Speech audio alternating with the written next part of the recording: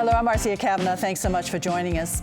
Well, by announcing an exploratory committee, Bobby Jindal started his presidential bandwagon this week, though it's unclear if there will be much gas in the tank.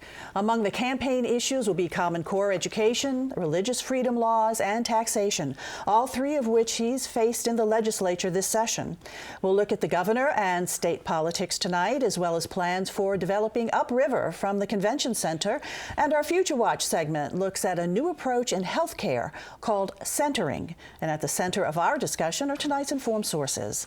Errol, Laborde, producer of Informed Sources. Tyler Bridges, reporter, The New Orleans Advocate. Don Ostrom, Channel 12's Future Watch reporter. And Stephanie Grace, columnist, The New Orleans Advocate.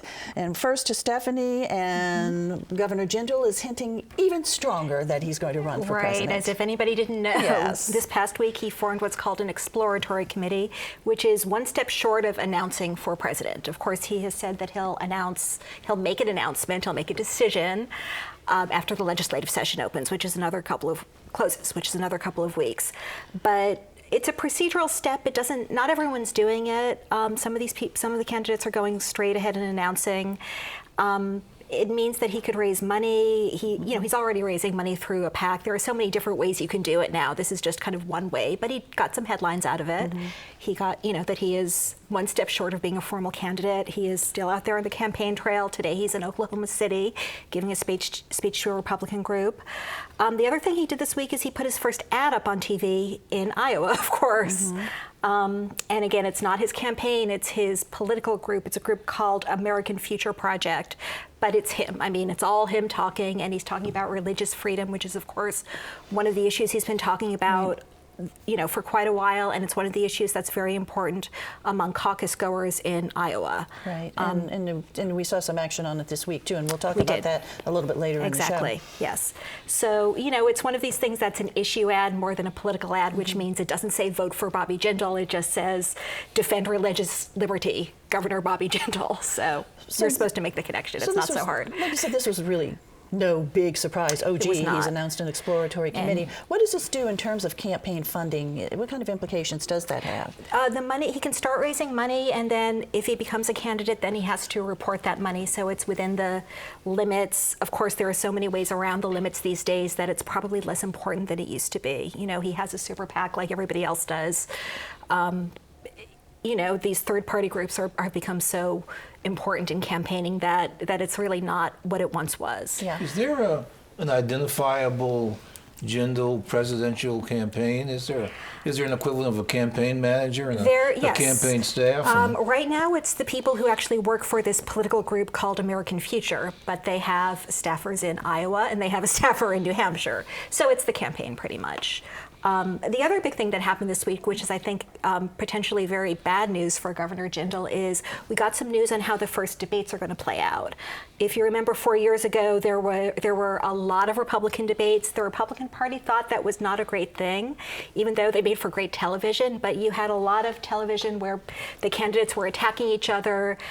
Mitt Romney, they felt like maybe was pulled too far to the right by some of the more conservative candidates. So they really wanted to limit that this year. And the party agreed to 9 debates. And the first one is going to be held by Fox News, very friendly territory, of course, in August. Now, what happened this week is that they announced the criteria for who gets to participate. And so many candidates, 14, 15, 16, depending on who actually announces, what they're going to do is limit it to 10 candidates, and the way they're going to determine who gets to participate is they're going to do an average of the kind of well-known, established polls. As of now, if you look down the list of 10, Bobby Jindal would not make the top 10. He's not polling well enough. His poll numbers have been, 1-2% pretty much. And that's a real problem for him. And then there's a second debate that CNN will hold. They're also going to go to either 8 or 10, depending on how many candidates there are total. But they're going to have a second debate. It's actually going to be first. That's, it's almost the kids' table to the grown-ups table, the next tier. So again, according to the polls as of now, the governor would be in that group, not the main group.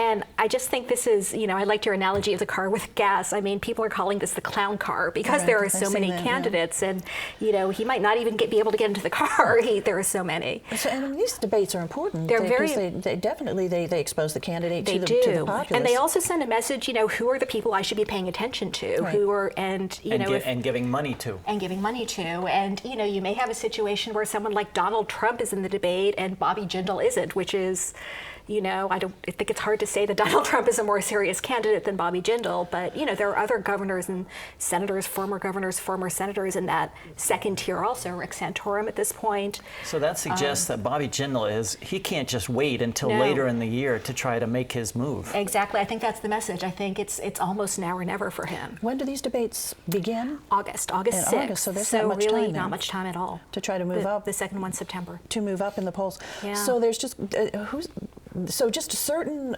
polling organizations are going to be considered there. I can imagine there's going to be some argument about that too. The party has pretty much decided it's the network polls, it's the very well-known established polls. So I think there's not, certainly the candidates are already raising objections, and Carly Fiorina, she's raised some objections. Rick Santorum has. I mean, there will definitely be pushback, but I think there is a universe of kind of respected polls, and I think it's going to be hard to get that to change that. People are experienced with that by selecting national champions in college football. Yeah. I mean, for years it was done by the, here's some designated polling groups, and here's how they ranked. And there are different ways of doing this. This has come up in local races too, mayoral and gubernatorial. Sometimes it's either how much money you've raised or where you are in the polls, or whether you've been elected to a major office. And of course, by that criterion, Bobby Jindal would certainly make it. But there's just a lot of people who've been governor or senator in this race.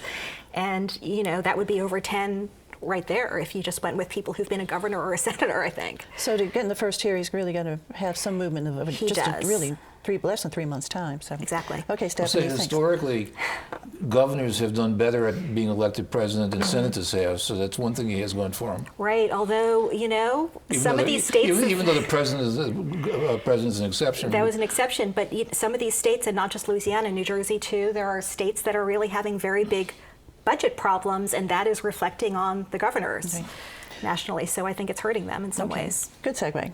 Budget problems, because Louisiana certainly has been suffering from its budget problems, and that's what the legislature has been tackling this session. Tyler, you've been covering that. So how do we stand now in plugging this really big deficit up?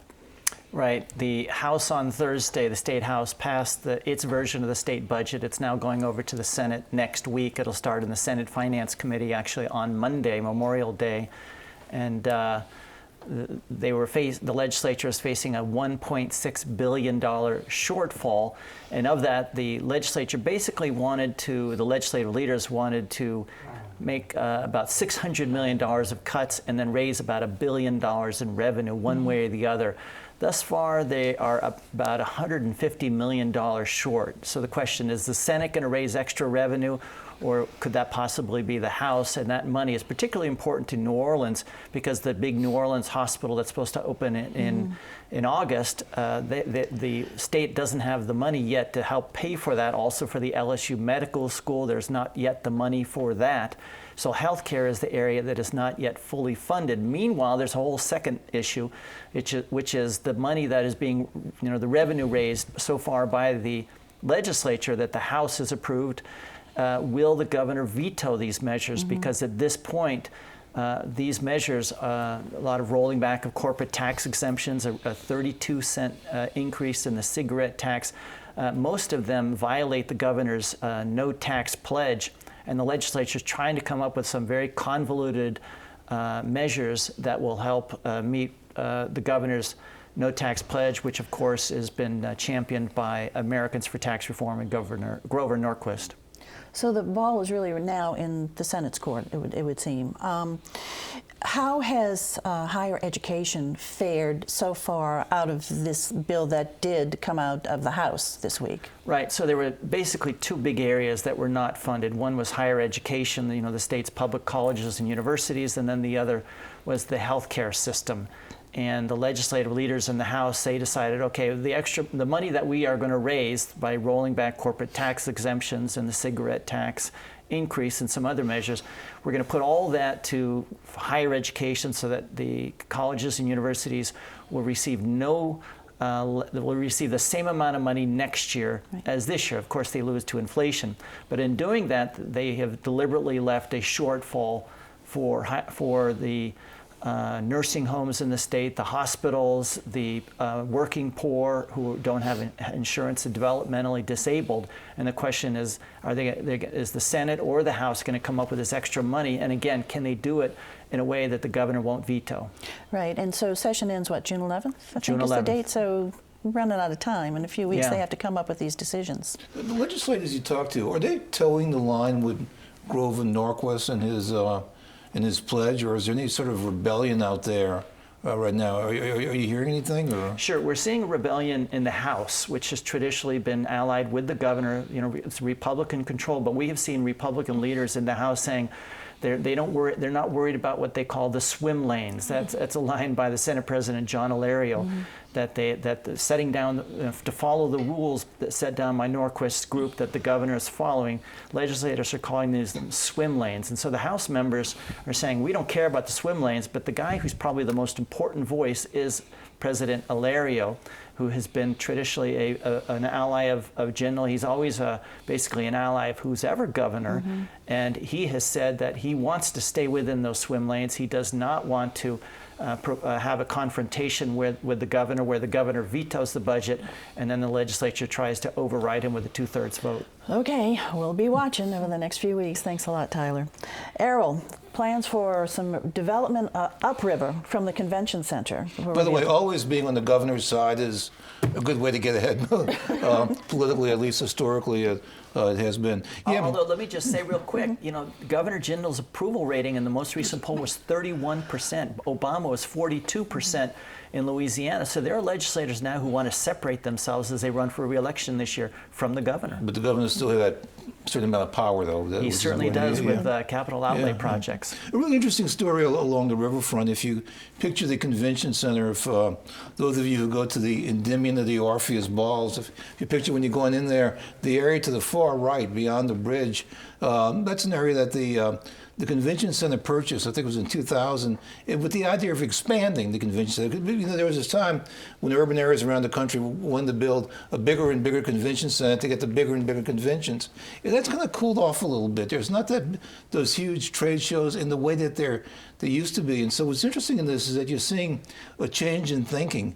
Instead of holding that land to build a bigger and bigger convention center, let's get another use. And so the convention center has been looking for proposals to develop this into a recreation area or a retail area with hotels, you know, with the usual mix, something very elegant that would serve the convention business, that would have a nice convention hotel, and that would have nice amenities. And what happened during the week is that this group came together. The main player is the Howard Hughes Corporation. Howard Hughes, the corporation, is a relatively new player in New Orleans. They came in a few years ago when they purchased Riverwalk, and they have changed Riverwalk to what is now called the Outlet collection of Riverwalk, and by all accounts, it's been very, very successful. This year represents a year since the change, and one of the managers there says that they have another outlet in Las Vegas, and that New Orleans is doing better than Las Vegas. And so the fact that Howard Hughes is committed to New Orleans and wants to get involved with this, I think, is a good sign. And so there's a coming together between the Howard Hughes Corporation and the developer Daryl Berger and Joe Yeager. And so they're coming together. They went before the convention center and they said, you know, give us a chance here, and we're coming up with a plan. So it just all comes together. I mean, we're heading to really having some sort of an enormous riverfront with just lots of attractions and lots of activities. And none of this is even to talk about the World Trade Center, which is going to be a Four Seasons hotel. And then the news we had last week, a few blocks down, developing the Piazza. And then all of this is going to play into the development of Fulton Street and Market Street and Henderson Street. They even want to have a pedestrian bridge from the river side to the other side over there. So if all this comes together, this is going to be a pretty powerful riverfront that we have. Kind of what the World's Fair imagined so many years back, finally coming to fruition. It's what what the World's Fair was supposed to trigger, and it did, but it's just taken time. And to bring people more to the river, give them access to the river, which of course there's been some complaint with the convention center. It's actually blocked off. How far does this proposed development go up? Do you know? Where's the cutoff point? What street? Well, the whole thing's 32 acres between Market and Henderson Street. Okay. Dawn, you know that area? Yeah, all south, only just a few blocks. Okay. Because once you get to the Religious Street area, that's a very active port area. Yeah. But you know, a lot of cities in the world have a riverfront, and a lot of cities began to change their riverfronts. It's shipping change, and as you had the movement away from container or to containerized shipping. A lot of cities all of a sudden had these abandoned riverfront, and so a lot of cities in the world said, "Let's do something with this. Let's make it tourist friendly." So you see this all over. The difference is that we really got a good riverfront. I mean, we have a great river. I mean, we got one of the great rivers in the world. I mean, not just some kind of little trickling little stream. I mean, we've got something that you can go and you can see big boats and little boats and ferry boats, and it's an important riverfront. And so, in this whole area of riverfront development, we really have a head start and a real advantage. Okay, this is the start of an idea. When would this perhaps come to fruition? I think they're hoping that sometimes in the summer to be able to. They're asking for a proposal and to be able to act on it. All right, Errol, thanks a lot. Over to you, Don. Future Watch. Medical centering, what are we talking about? Centering is an idea that started in the 1990s. It's gaining ground here in terms of centering pregnancy. And what it is, it's when patients meet, instead of one-on-one with a doctor for your regular 15-minute appointment, you meet in a group setting. 8 or so women at the same point in pregnancy with the same provider for a 2-hour time frame. So you have much longer with the doctor, but you're in a group setting, and they're learning that it actually changes patient outcomes. The whole idea was to improve preterm births and infant mortality rates in Louisiana, which is in the bottom of the barrel. We have among the highest or the worst outcomes for moms and babies in the state. So this is all part of the Strong Start initiative from Medicare and Medicaid groups. But it's not just locally, that's kind of where this idea is starting with the lower income folks. Nationally, it's being used for pregnancy care, diabetes care, high blood pressure care, anywhere where the group setting and support and education at that level really can pay off. There's even an Italian study on diabetes care that shows that the people who met in groups had better blood glucose levels, better blood pressure, better body mass index. So they get more time with the doctors. They spend less time waiting. Anybody who's watching who's been pregnant knows you go for your visits so often, and often you wait for an hour to see the doctor, or 2 hours to see the doctor for 15 minutes. Instead, with these groups, the doctors are still seeing just as many patients, so it's no loss of income to the doctor, but the patients are getting so much more time that all the different topics of information can come up. They're learning more, they're bonding with other people, there's a continuity of care, there's patient self-care involved, so the women come in and check themselves in, check their own blood pressure, check their own weight, and self-report, so they become more involved in their own care. And they also learn about everything from infant care and breastfeeding to talking about domestic abuse and addiction, and the data is still being collected. They're now 2 years into a long-term grant at 6 different sites in Louisiana.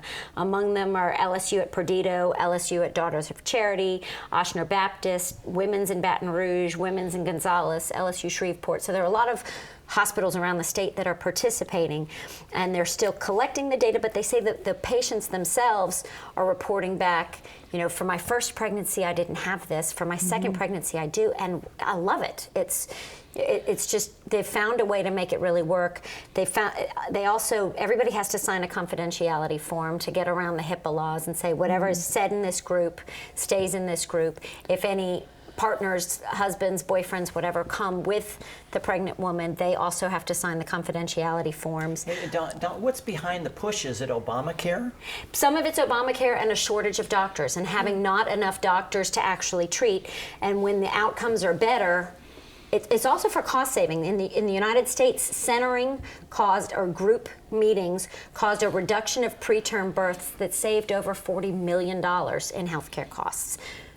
So because it's been successful, it's saving money, and it's also improving outcomes. So it's a study that's going on right now. It's anticipated, though, that this will continue? This will continue, and it should spread locally to the other things, diabetes and high blood pressure and that sort of thing. Anybody who's interested can go to centeringlouisiana.org and find out where they can go. They're having a little trouble with it catching on because it is something new. And you say, they say, at first people come in and don't want to talk in front of others. 10 minutes later, they'll talk about their sex lives in front of others. It just takes breaking the ice, and it's working. Is this something that's going to have like an elitist division, like some people say, well, I don't need this, I can afford meeting with my own doctor? It possibly will. And if people can afford 2 hours with their own doctor, more power to them. But otherwise, you get 2 hours with a doctor. We have to move on. CenteringLouisiana.org? CenteringLouisiana.org. Okay, Dawn, thanks a lot. Okay, religious freedom. We had mentioned it, we just sort of mentioned it when you were talking, Stephanie. Tyler, I'm going to have you go into that a little bit more because the governor did something about that religious freedom bill that didn't make it out of committee, so he took his own action. Sure. Remember that when the legislative session began, the governor addressed the legislature that he had three main issues that he talked about. And one of those three was the so-called religious freedom bill. Exactly what it would do is not clear, but a lot of groups believe that it is an anti-gay bill, whereas the religious right has swung behind it. And the very interesting thing was when the bill was first introduced by a rookie legislator, Mike Johnson from Shreveport, legislators that I talked to, including Republicans, were privately saying they did not want to hear this bill. It was divisive. It was a bill that they didn't want to have to deal with in an election year, but the governor insisted. And the legislative leadership, which is supposedly allied with the governor, kept holding it off and holding it off and holding it off. And now, more than halfway through the session this past Tuesday, it finally got a hearing in the House. And there was a lot of testimony. The Capitol was full that day with supporters and also opponents of the bill. And after a lot of testimony, the committee took a vote and effectively killed it on a 10-2 vote, which is just remarkable. It would have been hard to imagine this kind of vote a year ago or previous years by the legislature. Bipartisan. Bipartisan, yeah. The governor's issue just got slam dunked, but then the governor came back later that afternoon and announced an executive order that he said basically would put well, help me with Stephanie because it's kind of confusing. It would basically. He sold it as something that would accomplish something of the same purpose, although because it's an executive order, it doesn't really have the force of law. And it can only be in effect for a year, and there are people who are saying, really, it's kind of meaningless, and then we saw the mayor of New Orleans come right back and say, no, well, we're not going to have that here in New Orleans. And the people that I talk to in the Capitol are saying more and more that this kind of an action by the governor on this executive order with religious freedom, it's not about Louisiana, it's about appealing to the social conservatives in Iowa. And it's very ironic, this governor who's been a champion of business for years is now taking measures or pushing measures that business community doesn't like. And for example, Steve Perry, who worked with him in the Foster administration. Exactly, who now heads the Visitors and Tourism Bureau, came out in a very sharply worded statement that didn't just say that it was a bad idea, but again, cast the governor's executive order in light of his presidential ambitions. And what does it say? Can you just sort of quickly summarize what this executive order says, what it does? It basically says that the administration, the government, cannot penalize a person, but it defines person as a corporation that acts on its sincere religious beliefs on marriage, on whether marriage should be one man and one woman. The penalty would be something like revoking a license or tax benefits or something like that. It's unclear whether that would happen anyway. But really the most important thing is right now, perhaps, is symbolic, right? Very much. On both sides. And again, I think you have to, one of the things that happened right before this bill was introduced was there were similar fights in Arkansas and Indiana, and there were horrible reactions. I mean, real blowback from, as you said, the business community, and not, very mainstream businesses. Walmart in Arkansas. Here in Louisiana, we had Dow Chemical and IBM saying this sends a message to our employees that they're not welcome. It will hurt our recruiting. There are companies that have talked about not having sporting events or conventions here. I mean, it's potentially very damaging economically. New York State has also taken some action? Not or attempting formally. to? There's some legislators Right. have asked because the state did take some formal action in the other not to come to states. And what's Louisiana. happening is legislators were very angry. The governor continued to push this and came out with the executive order. And it has just created an even greater gulf between the governor and the legislature now in the final weeks of the session. And we saw this yesterday when the House voted to not allow state troopers who would travel with the governor, that the governor would have to pay for that. It was just a Out of the direct slap executive at office the budget. governor. Okay. We have just about a minute and a half. I want you to talk about real quick now about Common Core. That would be the What's other going on. another agenda item for Governor Jindal. He wanted to, as he said in one of his political statements, crush Common Core this session. They didn't have the votes for it. They never did. The education committees that were formerly allied with Governor Jindal and his other reform measures were very staunchly pro-Common Core. But what happened is the opponents, who were kind of dominated by the Tea Party movement here in Louisiana, and the proponents got together and basically decided, they called it a compromise. It's really just everybody back away and we call it a victory. There are some concessions. What will happen is that Bessie, the State Education Board, will do a review. It was already doing that. There will be public hearings around the state. And basically, the next governor and the next legislature will get to, they will come up with new standards, will get to either affirm or reject those standards. They don't get to go in and tinker.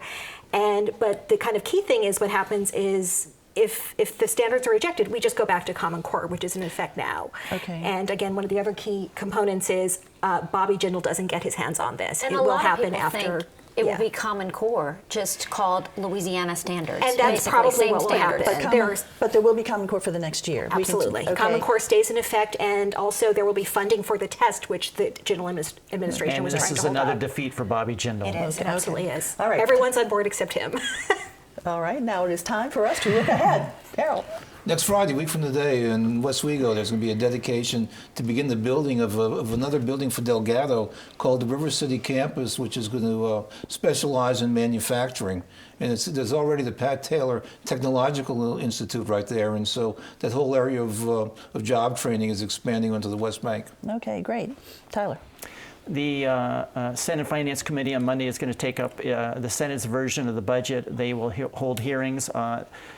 Saturday, next Saturday, there will be public testimony by anybody in the public who wants to go to the Capitol and talk about the budget. They will have an opportunity to do so. Then from the Senate Finance Committee, it'll actually go to the full Senate, and they will then, that's the next step in the budget process. And you can watch that action live streamed online at the legislative website, too. Yeah, if you the want to keep legislature up has with a it. terrific website. Yeah, it is. Don. Rebuilding America started this week in New Orleans East. It's 10 houses being built in 10 days. Combination of Habitat for Humanity and others on America Street in New Orleans East. They'll be dedicated next week. There are homeowners for these homes. And anybody can show up, sign up to work, or drop off snacks and thank the volunteers. Okay, Don, thanks. Steph. Next Wednesday at Hillel House on Tulane's campus, there's going to be, Wednesday evening, there's a panel on gentrification that should be very interesting. I hope will be interesting because I'm moderating it. Oh, it's going to be then, for sure. We have guests. up to you. Exactly. City Councilwoman LaToya Cantrell will be on the panel, and some other really interesting people. So, and everyone's invited. It's That's free, Wednesday open to evening. the public. Wednesday evening, Google it. Okay, thanks you guys for being here. Thank you all for joining us. We want to see you again next week. For Informed Sources, have a very happy and safe Memorial Day. Have a good evening.